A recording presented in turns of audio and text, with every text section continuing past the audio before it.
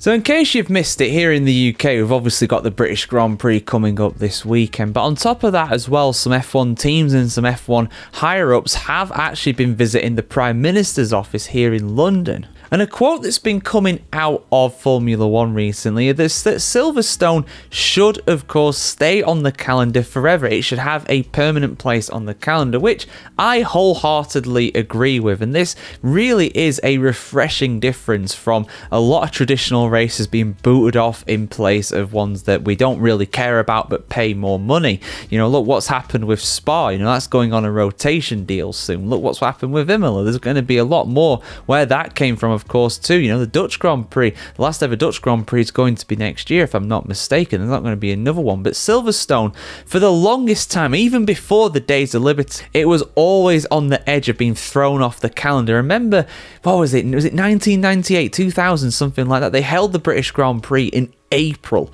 and that was all because Bernie Ecclestone, despite being British himself, very much had a vendetta against Silverstone for demanding lower fees when it came to actually hosting the race. And they're just like, right, okay, you can have a race, but it's going to be in April. And it was an absolute mess. It was a nightmare to attend for the fans and everybody because the weather was just abysmal. Even in April, guys, yes, it can be absolutely awful in the UK. Hell, even in the summer. You know, if we even have a summer, it can be really miserable. But usually for the British Grand Prix this time of year, it's pretty good.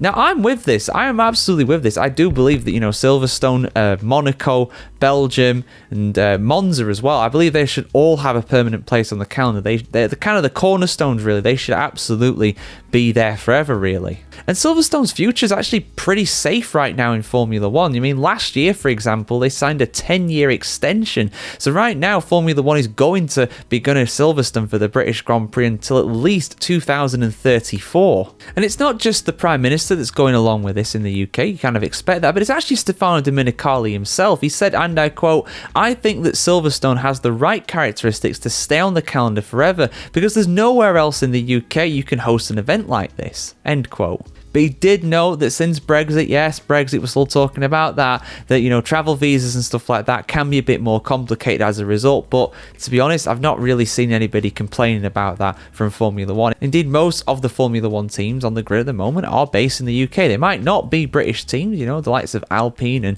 Red Bull Racing, for example, but they are based in the UK. So having a race there in Motorsport Valley, which of course Silverstone is at the centre of, it makes perfect sense. And yeah, for me, it should absolutely stay on the calendar forever. No doubt whatsoever. It's a fantastic racing venue. The fans are brilliant.